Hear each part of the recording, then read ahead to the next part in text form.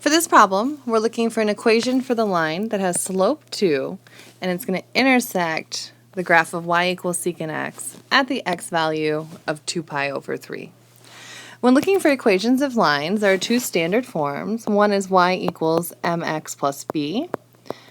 This is called slope-intercept form because m is the slope and b is the y value of the y-intercept. There's another form. It's called point slope form, which is y minus y1 equals m times x minus x1. Again, m is my slope, and that x1 and y1 is a point on the line. So this is any point on the line. For this problem, what I'm going to do is I'm going to use this point slope form. Slope, I know, is 2. x1, I know, is 2 pi over 3. And now only missing piece is that y1. Well, I look back at the problem, and again I see that I know this 2 pi over 3 is lying on the graph of y equals secant x, and that's where this line is intersecting. So the point 2 pi over 3 comma secant 2 pi over 3 lies on the graph of this line.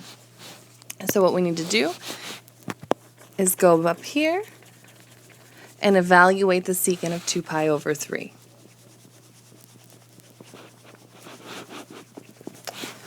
So what are things that we know? So when I'm going to find the secant of 2 pi over 3, I know that secant is 1 over cosine. So what I want to do is find the cosine of 2 pi over 3.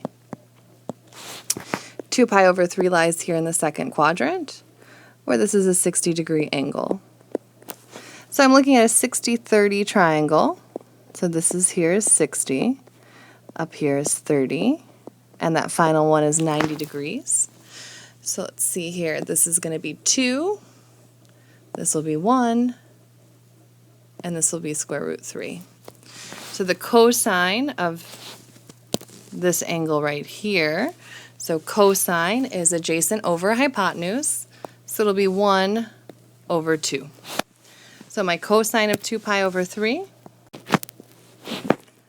cosine of 2 pi over 3 will be equal to negative 1/2. That negative comes from the fact that it's in that second quadrant.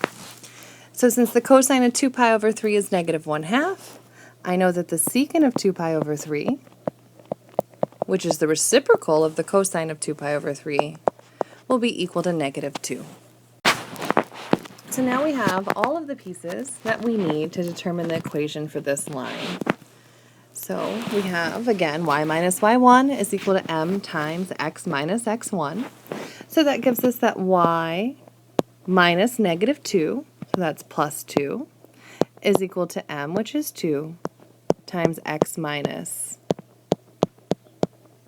2 pi over 3. Typically, when you're presenting a solution to this type of problem, you want to write it as y equal to.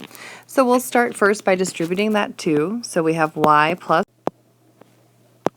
2 is equal to 2x minus 4 pi over 3. Then we'll subtract 2 from both sides to obtain that y is equal to 2x minus 4 pi over 3 minus 2. And here we have the equation of the line that has slope 2 and intersects the graph of y equals secant x at the x value of 2 pi over 3.